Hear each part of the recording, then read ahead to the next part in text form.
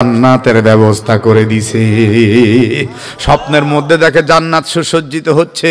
তাহলে এতক্ষণের যে আলোচনা আমরা আজকে শুনতেছিলাম শুধুমাত্র সাদাকা দান সম্বন্ধে, এই আলোচনার বুঝার মধ্যে অনেক কিছুই আছে। কথা কন ঠিক কিনা আমার ভাইয়ার, আমার বাবারা? এই ছিল আজকের এই বক্তব্য। এইটা বলেই আমি কালেকশনের দিকে যাওয়ার চিন্তা করছিলাম।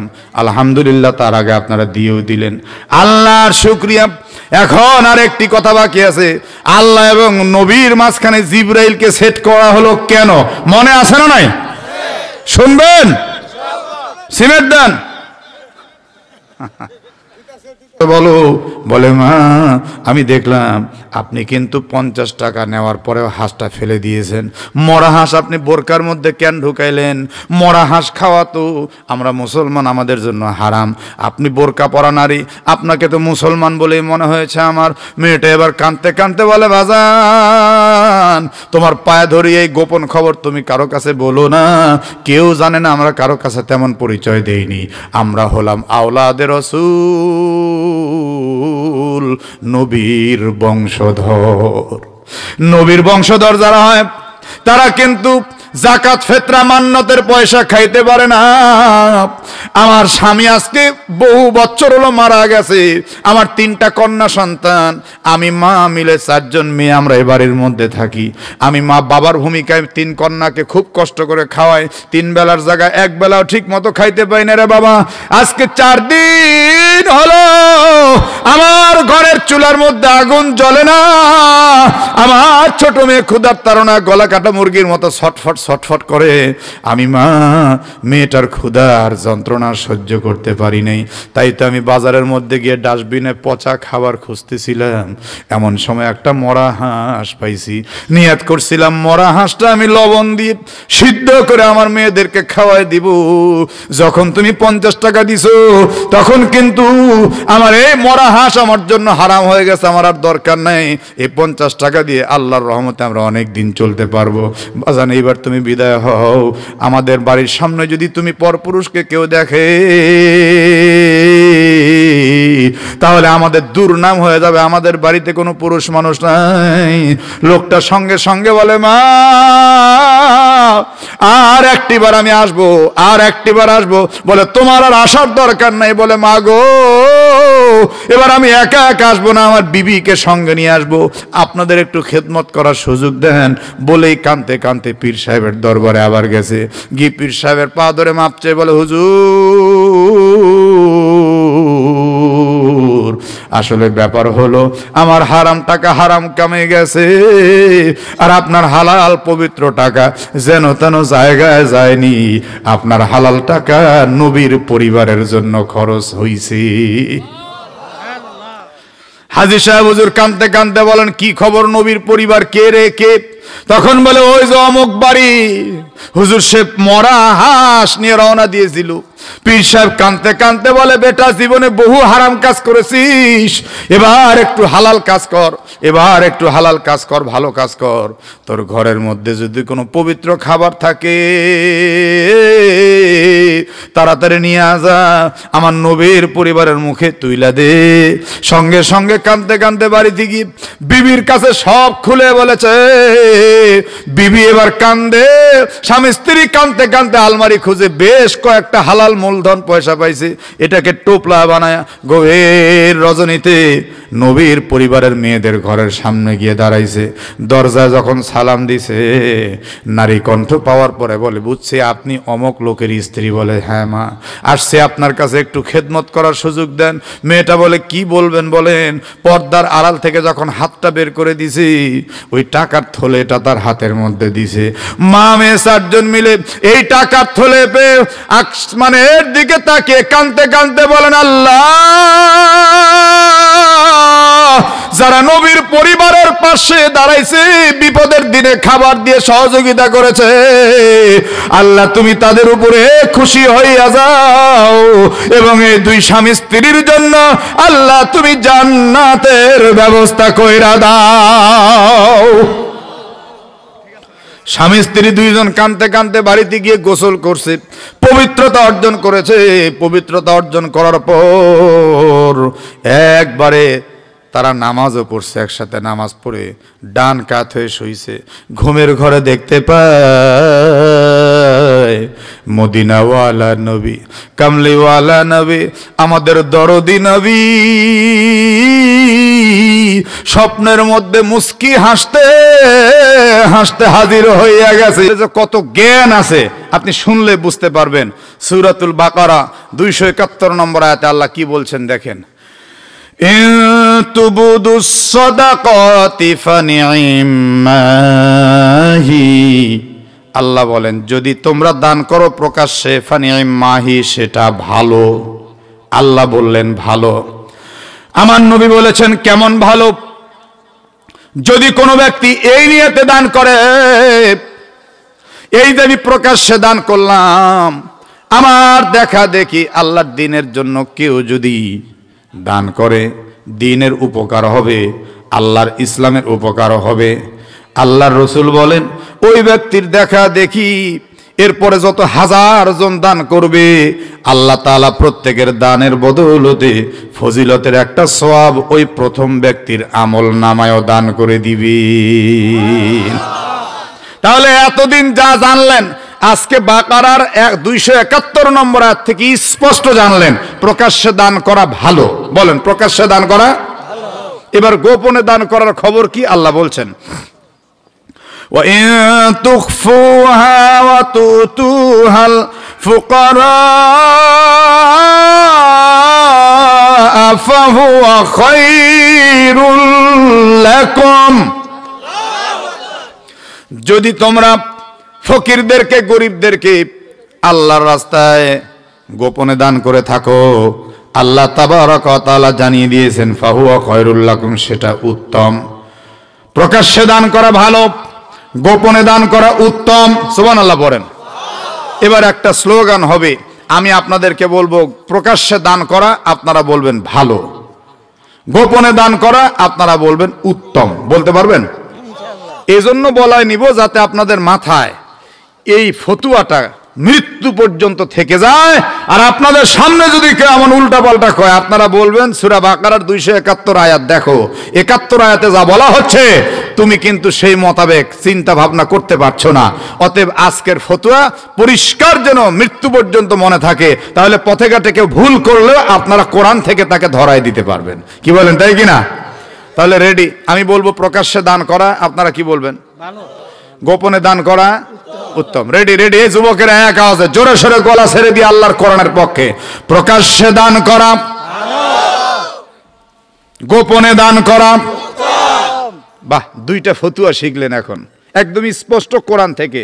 এখন আপনি যদি কোরআনকে প্রশ্ন করেন, আমার ঘাম ঝরানো পয়সা আল্লাহর রাস্তায় দান করব, আমার লাভ কি? লাভ ছাড়া কিন্তু কেউ দৌড়ায় না, কথা কন। আল্লাহ রাব্বুল আলামিন বলছেন وَيُكَفِّرُ عَنكُم مِّن سَيِّئَاتِكُمْ, যে দান তোমরা করবা আল্লাহর রাস্তায়, তার বদৌলতে আল্লাহ তাআলা তোমাদের এই পেছনের সব গুনাহগুলো ক্ষমা করে দিবেন। তাহলে কি লাভ হলো? গুনাহ ক্ষমা হলো। হাদিসের মধ্যে আল্লাহর হাবিব এ ব্যাপারে বলেছেন, কেউ যদি হায়াত বৃদ্ধি করতে চাও তাহলে আল্লাহর রাস্তায় বেশি বেশি দান করো, আল্লাহ তোমার হায়াত বাড়ায় দিবে। কেউ যদি সম্পদে বরকত হাসিল করতে চাও, এই বাচ্চারা এই এই এই একটু পর পর উঠতেছে আসতে, এবার যদি উঠার কথা বলো তাহলে বাদাম স্টেজে আসবে।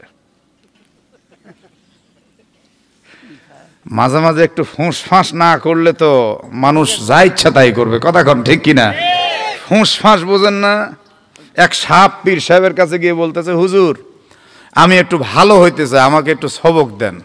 পীর সাহেব বলে, তুই সাপ, তোর তো চিরাচরিত অভ্যাস মানুষকে কামড়ানো, কামড়ান বন্ধ করে দে। বলে আচ্ছা হুজুর, আজ থেকে আর কাউকে কামড়াবো না। এখন এই সাপ সন্ধ্যাবেলা গম ক্ষেতের আইলে টান হয়ে শুয়ে আছে।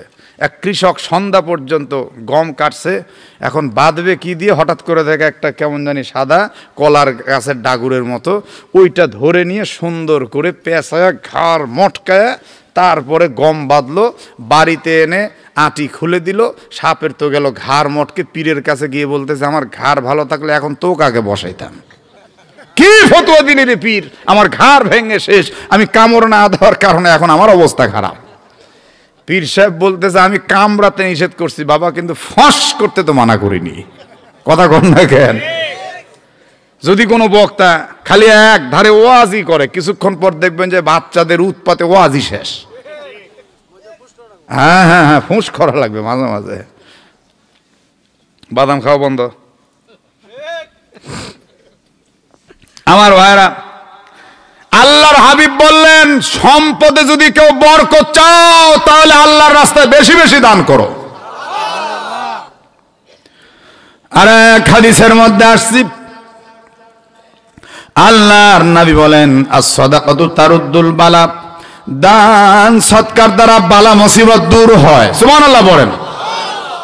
ও আমার সোনার ভাইরা, অনেক কথা শুনলেন, মাঝখানে আরেকটা কথা আমি আল্লাহর কোরআনের তাফসীর থেকে আপনাদেরকে প্রশ্ন করি। মনে করেন কোনো ব্যক্তি সুদ খায়, কোনো ব্যক্তি ঘুষ খায়, কোনো ব্যক্তি মানুষের হক নষ্ট করে টাকা অর্জন করেছে, এই মানুষ যদি আল্লাহর রাস্তায় ওই হারাম টাকা দান করে তাহলে কি সে আল্লাহর কাছে কিছু পাবে? জি, পাবে না। আমার কাছে কয়েকদিন আগেও এক ভদ্রলোক এসছে, এসে বলে হুজুর একটা ফতুয়া দেন। বললাম কি ফতুয়া? বলে আমি চাকরি রিটায়ার করছি তো এখন তাবলিগ জামাতে যাব, তা আমার এই পরিবারের খাওয়া খরচ আসবে কোত্থেকে, তাই চাকরিতে রিটায়ারের পরে যত পয়সাপাতি পাইছি এগুলি এখন সব ব্যাংকে রেখে দিব ফিক্সড করে, আমি চলে গেলেও ওরা ওখান থেকে যে সুদের যে লভ্যাংশ এটা উঠাবে আর খাবে। হুজুর এটা করা যাবে কি না? আমি বললাম আপনি জানেন না? কয় না, ওই পশ্চিম পাড়ার ইমাম সাহেবকে জিজ্ঞেস করছিলাম তো, উনি বলছে এটা হারাম, খাওয়া যাবে না। আমি এক ধমক, হাই মিয়া, ইমাম সাহেব চেক করেন ওই পাড়ার ইমাম কি বলল, এই পাড়ার ইমাম কি বলল। এরকম এক জাতের ফেতনাবাজ সমাজে আছে না নাই? কথা কয় না রে, আছে না নাই? হুজুর চেক করে, হুজুর চেক, হুজুর ঠিক আছে কিনা একটু চেক করে, চেক। আসলে ওই শয়তান কোন নেক আমলই করে না। কথা কন, ও তেমন কোন নেক আমলই করে না, ও খালি খোসা দেওয়ার বেলা এক নম্বরে আছে। তবে আপনাদের এলাকার লোক ভালো, হুজুর টুজুর খোসা টোসা দেয় না, আপনাদের এলাকার লোক খুব ভালো। একজন আলেমকে খোঁচা দিবেন, আপনি কি বুঝেন এটা আগে দেখেন তো। আপনি আলেমকে যে খোঁচা দিতে চান, তো আমি লোকটারে কইলাম মিয়া ফাইজলামির জায়গা পান না? হুজুর আপনি আমাকে ধমক দিতে পারলেন। বললাম যেই লোক এত সুন্দর করে প্রশ্ন বানায় নিয়ে আসতে পারে, ওই মসজিদের ইমামের ফতুয়া নিতে পারে, সেই লোক আমাকে জিজ্ঞাসা করা মানে এটা তার আরেকটা শয়তানি। কি ঠিক না ভাই? এটা আরেকটা শয়তানি না? শয়তান শয়তানি করতে আসছে। নির্দিষ্ট মূলধনের নির্দিষ্ট লভ্যাংশই সুদ, এটা জানে না কে, আর ওই বেটা আসছে। আবার কিছু কিছু লোক দেখবেন সুদের টাকা দান করেও মানুষের কাছে দাতা সেজে যায়। মানুষ তো মনে করে সে বিশাল দাতা। হাজী এমদাদুল্লাহ মুহাজিরে মক্কি নাম শুনলে কে না জানে?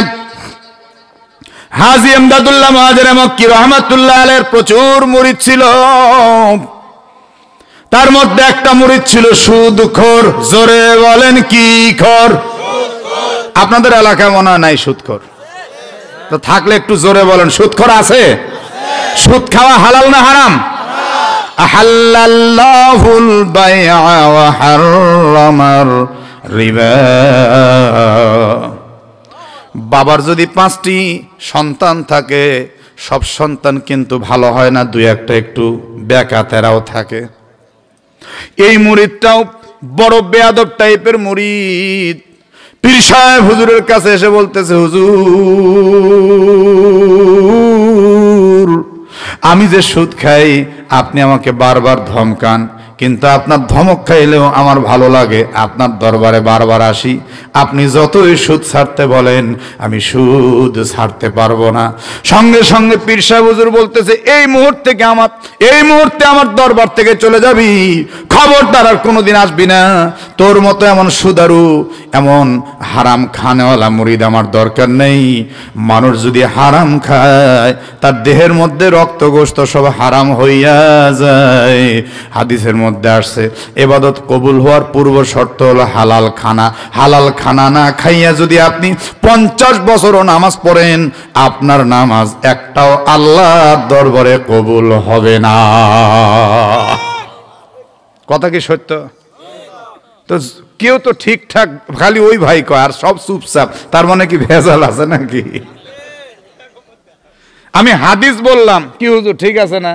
রক্ত গোশত যদি হারাম হয়ে যায়, আপনি সুদ খাবেন, ঘুষ খাবেন, মানুষের টাকা মেরে খাবেন, আপনার ইবাদত অত সস্তা না, অত সস্তা না। এই জবান আগে ঠিক করতে হবে। পীর সাহেব বলতেছে তুই আমার দরবারে আসবি, জিকির ফিকির করবি, একটাও কামে লাগবে না, চালাক।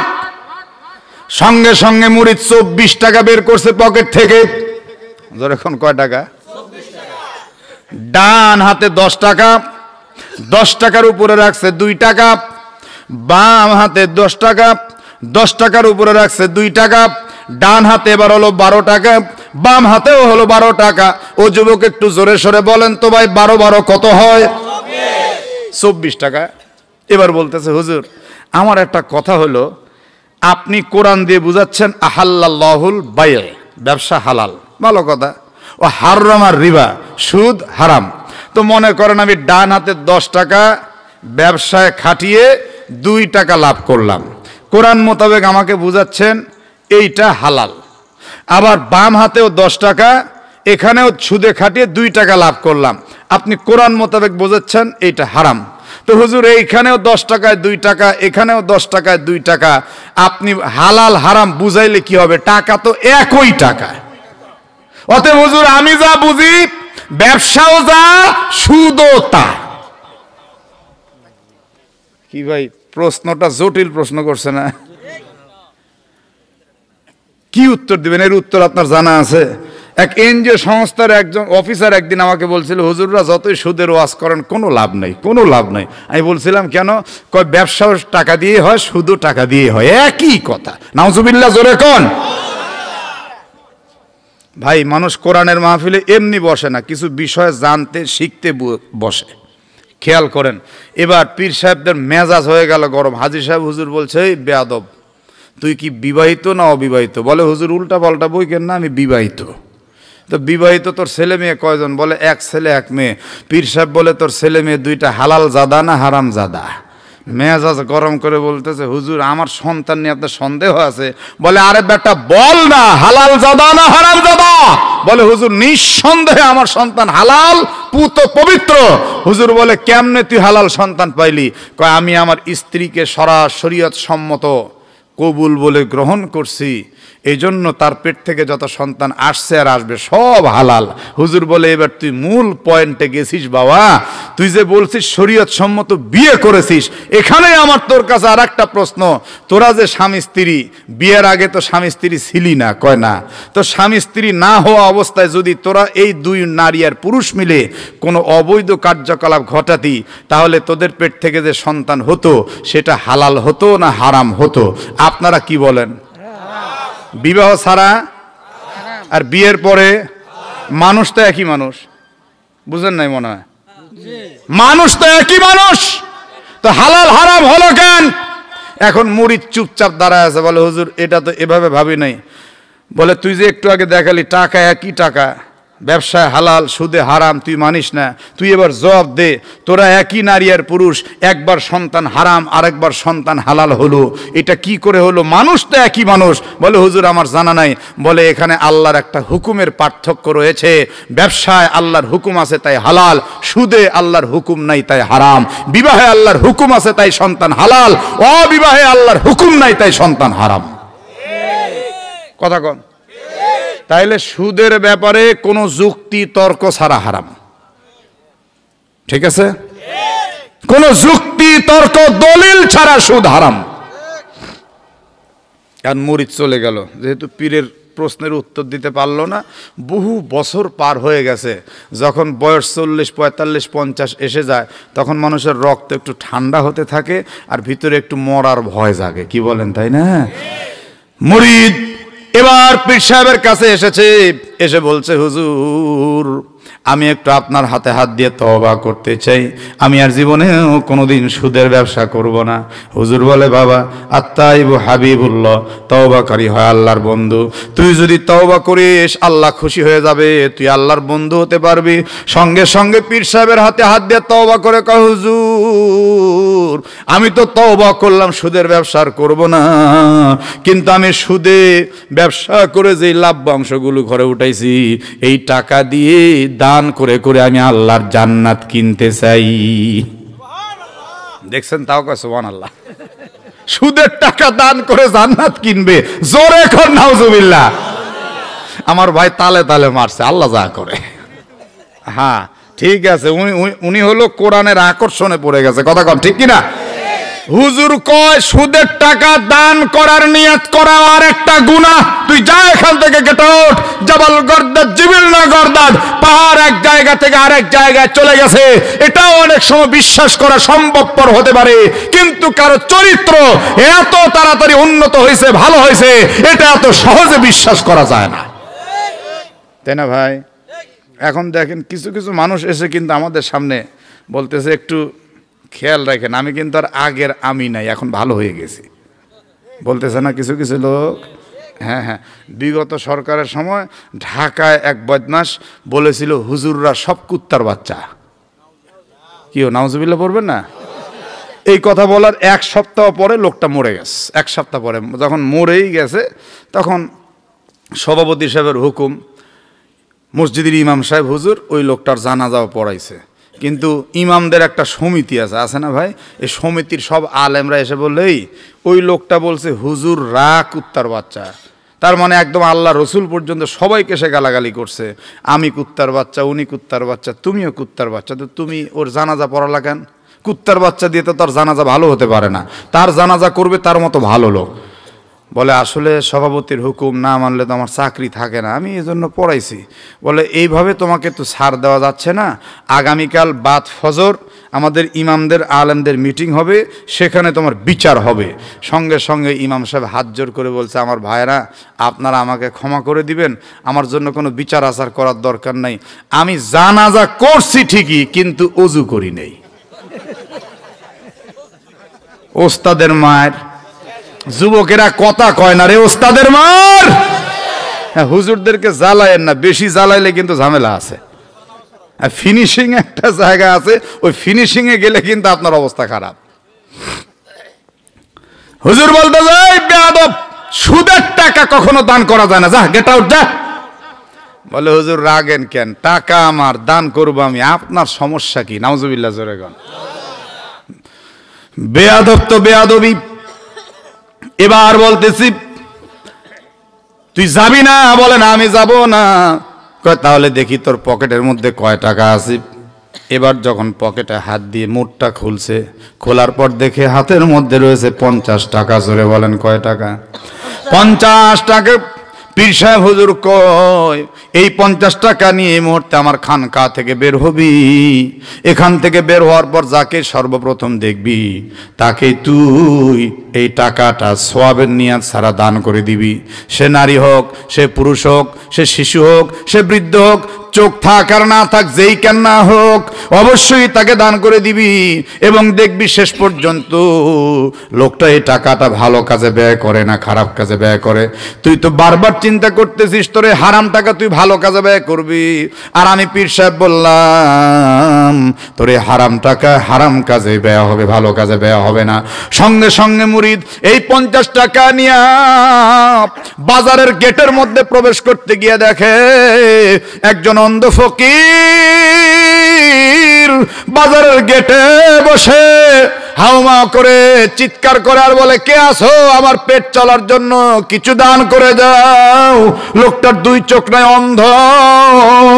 মুরিদ মনে মনে হাসে আর কয় এই লোকটা তো অন্ধ মানুষ, এই লোকটার তো জীবনের কোনো টেনশন থাকার কথা না, এই লোকটা কোনোদিন কোনো খারাপ কাজ চোখ দিয়ে দেখে না, এই লোকটার মতো ভালো লোক আর কেউ হতে পারে না। আমার পীর সাহেব বলেছে আমার হারাম টাকা নাকি হারাম কাজেই যাবে, এই মুহূর্তে আমি এই লোকটাকে দান করে ভালো একটা জায়গায় দিব বলে বলে মনে করছি পীরের আজকে মজা বুঝাবো, আল্লাহর নাম ছাড়াই দিলাম। ফকিরের হাতে যখন 50 টাকা দিছে, ফকির তখন এই টাকাটা নিয়ে নাকের কাছে টান করে ধরছে। অন্ধ মানুষ যদিও মানুষ দেখতে পায় না, কিন্তু টাকা ঠিকই চেনে না? আপনারা হয়তো অনেকে দেখেননি, আমি দেখছি। একদম আমাদের উত্তরবঙ্গে একটা জেলা আছে নীলফামারী, নাম শুনছেন না? আজ থেকে প্রায় 18-20 বছর আগের কথা। তখন আমি নতুন নতুন বক্তা হচ্ছি। আমার নাটোর থেকে ট্রেনে উঠছি, নীলফামারীতে যাবো ওয়াজে। বগলতলে একটা ব্যাগ নিয়ে চুপচাপ দাঁড়ায় আছি। ট্রেনে কোনো বসার মতো ফাঁকা সিট নেই। দেখলাম পাশে এক যুবক যুবতী, সম্ভবত তারা গার্লফ্রেন্ড আর বয়ফ্রেন্ড হবে। তো দুইজনে গল্প করে, হাস্যরস করে। দেখলে বুঝার কায়দা নাই কে নারী কে পুরুষ। যুবতীর মুখে যেমন দাড়ি নাই, মোছ নাই, সফফান সফফা। যুবকে একদম মনে করেন এমন ক্লিন মারা মারছে। যুবতীরও যেমন লম্বা চুল, যুবকেরও তেমন লম্বা চুল। মানে দুইটাকে দেখায় বুঝার কোনো কায়দা নাই কে নারী কে পুরুষ। এরকম বেশ ধরা কিছু মুসলমানের সন্তান বাংলাদেশে এখন তৈরি হচ্ছে। এরই মধ্যে ট্রেনে অন্ধ একটা ফকির এসে বলছে, বাবা একটা টাকা দাও, সারানা আটানা দাও। যে সময় এক কাপ চায়ের দাম 1 টাকা, ওই সময় ওই প্রেমিক যুবকটা 5 টাকার একটা নোট দিছে। এখন অন্ধ ফকির নাকের কাছে ধরে বুঝতে পারছে, বাপ রে, চিল্লা চিল্লি করলে সারানা আটানা 5 পয়সা 10 পয়সা দে, 1 টাকায় দিতে চায় না, 5 টাকা দিল। এমনি এমনি তো আর দোয়া করে লাভ নাই। এবার মাথায় হাত দিছে, দিয়ে দেখতেছে চুলগুলো সব লম্বা লম্বা। বুঝতে পারছে এটা তো জন্ডিস। সাথে সাথে আকাশের দিকে মুখটা তুলে বলছে, আল্লাহ আমার মাকে তুমি একটা ভালো স্বামী মিলাই দিও আল্লাহ। যেই বলছে, যুবক বলতেছে, ওই মিয়া ফকির। কয় কি মা? কয় আবার মা। তোকে 5 টাকা ভিক্ষা দেওয়াই ভুল। বলে কি হলো বুঝলাম না। বুঝিস না কেন? কয় বাবা আমি তো অন্ধ মানুষ, চোখে দেখি না তো। কয় বাবা তুমি আসলে মনে হয় কোনো ছেলে মানুষ। বলে ছেলেই তো, আমার সাথে আমার গার্লফ্রেন্ড আছে, কাঞ্চনজঙ্ঘা দেখার জন্য যাচ্ছি। আমি কয়েকদিন পর তাকে বিয়ে করব, সে আমার হবু স্ত্রী। আর তুই আমাকে বলতেছিস আমার যেন ভালো একটা স্বামী হয়, তোকে দান করে আমি ভুল করছি। বলে বাবা বেশি রাগারাগি করো না, পারলে 5 টাকা নিয়ে নাও, অসুবিধা নাই। কিন্তু আমরা যে অন্ধ, কি আর বলবো তোমাকে। অন্ধ মানুষ আমরা হাতে অনুভব করে যা বুঝি তাই বলে ফেলি। তো চুলগুলো লম্বা দেখি তো আমি এই দোয়া করছি। তো বাবা যাই হোক আমার ভুল হয়েছে, মাফ করে দাও। ফকিরটা কাঁদতে কাঁদতে বলে, বাবা তোমাকে একটা কথা বলি, আমার নবীজির সুন্নাত তরিকা মোতাবেক চুলগুলো কেটে ফেলে দিও, আমাদের মতো অন্ধ মানুষের বুঝতে আর কোনো অসুবিধা হবে না। 5 টাকা ভিক্ষাও নিছে, নবীর সুন্নতের দাওয়াতও দিছে। এই ফকির মুরিদের কাছ থেকে 50 টাকা পেয়ে মোনাজাত এমন দেওয়া দিছে, কয় আল্লাহ এত বড় ধনী মানুষ 50 টাকা দিল, যা আমি 6 মাসেও কামাই করতে পারবো না। আল্লাহ এই লোকটার 14 গোষ্ঠী তুমি জান্নাতে দিও। মানে এমন দোয়া করছে জান্নাতের ভিতর দিয়ে নিয়ে একদম জাহান্নামে ফেলে দিছে। যা কি দোয়া! মুরিদ মনে মনে চিন্তা করলো, এই লোকটা 50 টাকা কি করে আমার একটু দেখতে হবে। পীর সাহেব বলেছে আমার হারাম টাকা হারাম কাজেই যাবে, আমি একটু দেখতে চাই। ফকির এবার 50 টাকা নিয়ে ঝোলা সম্পদ নিয়ে রওনা দিল। বাজারের অপর আরেক প্রান্তে গিয়ে 30 টাকা দিয়ে একটা কুলোটা দুশ্চরিত্রাবান মহিলা ভাড়া করলো। আর তাকে সঙ্গে করে নিয়ে পাশের আরেক দোকান থেকে 30 টাকা 20 টাকা দিয়ে একটা মদের বোতল কিনলো। মেয়েটি বলে তুই ফকির মানুষ, এত টাকা খরচ কেন করলি? সঙ্গে সঙ্গে বলে বহু বছর আগে আমার স্ত্রী মারা গেছে, আজকে তোকে নিয়ে একটু মদ খাবার ফুর্তি করব। মুরিদ সাথে সাথে জিহ্বায় কামড় দিয়ে চোখটা বন্ধ করে মনে মনে কয় আমার পীর সাহেব যা বলছে তাই হলো, পীর যা বলছে তাই হলো। আমার হারাম টাকা হারাম কামিয়ে গেল, আমার হারাম টাকা হারাম কামিয়ে গেল। একটা দৌড় দিয়ে পীরের দরবারে গিয়ে বলে হুজুর আপনার কথাই ঠিক, আমার হারাম টাকা হারাম কামিয়ে ব্যয় হয়েছে। এই মুহূর্তে আপনার একটু হালাল টাকা দেন তো দেখি, আপনার হালাল টাকা কোন খাতে ব্যয় হয়, কোন কত নম্বর ভালো কাজে ব্যয় হয়। সঙ্গে সঙ্গে পীর সাহেব বলে তোর জ্বালা যন্ত্রণায় বাঁচলাম না, বেয়াদবির চরম সীমায় তুই পৌঁছে গেছিস। সাথে সাথে পীর সাহেব পকেটের মধ্যে আল্লাহর নাম নিয়ে হাত মারলেন, হাতটা খুললেন। খোলার পরে দেখলেন তার হাতের মধ্যে 50 টাকা। জোরে বলুন কয় টাকা? পীর সাহেব বলতেছে এই 50 টাকা নিয়ে তুই আমার খানকা থেকে বের হবি, শর্ত কিন্তু ওই একটাই, যাকে সর্বপ্রথম দেখতে পাবি তাকেই কিন্তু এই 50 টাকা দান করবি আল্লাহর নাম নিয়ে। খবরদার খবরদার, তুই কিন্তু উল্টাপাল্টা করিস না, সর্বপ্রথম যার সঙ্গে দেখা হবে তাকেই কিন্তু এই 50 টাকা দান করে দিবি। মুরিদ বলে হুজুর ঠিক আছে, দেখি আপনার হালাল টাকা কই, কোন জায়গায় খরচ হয়। সাথে সাথে সূর্য ডুবে গেছে, বিকাল হয়, সন্ধ্যা ঘনিয়ে আসতেছে, একটু ছোঁয়া ছোঁয়া দেখা যাচ্ছে। মুরিদ 1 কদম 2 কদম করে হাঁটতে হাঁটতে বাজারের বাইরে একটা ডাস্টবিন ছিল, এই ডাস্টবিনের দিকে লক্ষ্য করে দেখে একটা মহিলা বোরকা পরা, হাতে পায়ের মধ্যে মোজা, অত্যন্ত পর্দানিশী। এই মহিলাটা ওই বাজারের ডাস্টবিনের মধ্যে কি যেন খোঁজাখুঁজি করতেছে। মুরিদ আড়াল থেকে দেখে চিন্তা করলো, যদি কোনো পাগলি মেয়ে হতো, এই পাগলি মেয়েটা কোনোদিন পচা নর্দমায় বোরকা পরে খুঁজতো না, কারণ পাগলি যারা হয় তাদের কাপড় চোপড়ে ঠিক থাকে না, জোরে কোন ঠিক কিনা? সে তো পাগলিও না, তাহলে কি খোঁজাখুঁজি সে করে? কথা বলে না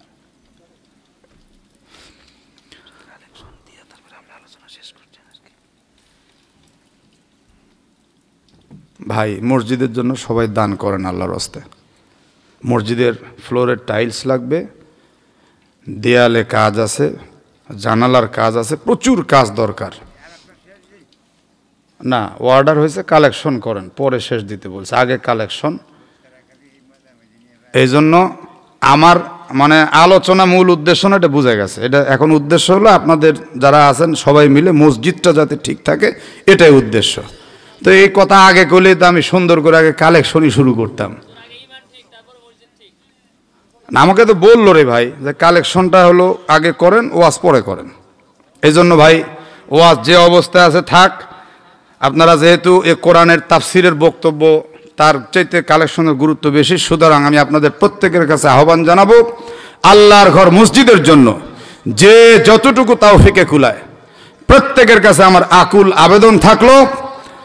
কারণ হলো এইভাবে বক্তব্য হবে না, স্টেজ থেকে পরামর্শ হচ্ছে, আমার কানে কথা আসতেছে। সুতরাং আপনারা যদি নির্জীব হয়ে পরে থাকেন, উপস্থিত থাকেন, আমি বলবো ইনশাল্লাহ, তবে আগে কালেকশন হয়ে যাক, সবাই দেন ইনশাল্লাহ। আল্লাহর কাছে দোয়া করব, আল্লাহ যেন প্রত্যেকের ঈমান ইজ্জতে বরকত দান করেন, জানেমালে বরকত দান করেন, কিয়ামতের ময়দানে নবীজি শাফাত নসিব করেন। যার যতটুকু তাওফিকে কুলায় প্রত্যেকে ইনশাল্লাহ দেওয়ার চেষ্টা করবেন। যারা দ্বিতীয় বক্তা সাহেবের কাছে দেন নাই তারা ইনশাল্লাহ দেওয়ার চেষ্টা করবেন। যারা পর্দার আড়ালে মা বোনেরা আছেন প্রত্যেকে দেওয়ার চেষ্টা করবেন। 1,00,000 কোটি মুদ্রাবে গড়ে ছোবালা খানা, হীরা মানিক মুক্তাবে পালঙ্গের সামানা। না তা বলেনি তো, আমাকে বলছে যে আগে কালেকশন করেন পরে ইয়ে করেন। আচ্ছা, মাদ্রাসার ছাত্ররা একটু ভিতরে যান। ভাই বলছে, নাহিদ ভাই বলছে শেষের কথা বলছে, শেষ বলেনি তো, কালেকশন করে কথা শেষ দিতে বলছে। ওই তো আবার বলছে কালেকশন কইরে কথা শেষ দেন, তাই তো কইছে, আবার তো কইছে। আমি তো ভুল শুনিনি ভাই। আর আমরা বক্তাগিরি করি, আমাদের তো টাইম সেন্স আছে। কেবল 11:10 বাজে, আমার নিয়ত ছিল 11:25 থেকে 30-এর মধ্যে ভাইদের কালেকশন আমি করে দিব। আমাদের একটা টার্গেট নেই। যখন আগে বলা হয়েছে যে মসজিদে কালেকশন আছে, এই লাগবে সেই লাগবে, আমি নিজে শুনছি যে মসজিদের জরুরত কি, আমাকে তখন বলছে। অন্তত এতটুক মগজ তো আমার মাথায় আছে, সারা দেশ যখন ঘুরে বেড়ায় এটুক মগজ আছে না। যাজ্ঞা, যেহেতু উনি বলছে, বলার পরে আমিও কালেকশন চাওয়া শুরু করছি। আপনারাও প্রত্যেকে আপনাদের এই মসজিদে ফ্লোরের কাজ দরকার, এটা সবচেয়ে বেশি দরকার। নামাজ পড়বেন, এখানে সেজদা চলবে কিয়ামত পর্যন্ত, আপনি কবর থেকে সওয়াব পেতেই থাকবেন। আল্লাহ যেন প্রত্যেককে অন্তত এই যে ভাই 2 টাইলস মিলে একটা জায়নামাজ সিস্টেম টাইলস হবে, খুব ভালো হবে। এই টাইলসটা যদি হয় তাহলে ইনশাল্লাহ দেখা যাবে আপনাদের মসজিদের রূপরেখায় চেঞ্জ হয়ে যাবে। কথা বলেন ঠিক কিনা? আমার ভাইরা প্রত্যেকে দেওয়ার চেষ্টা করবেন, আল্লাহ তাআলা যেন কবুল করেন। আমি প্রত্যেকের জন্য দোয়া করি। এটা কে দিল? কি নাম? হারন চালার আব্দুর রশিদ ভাই, নগদে 1000 টাকা। লিল্লাহে তাকবীর।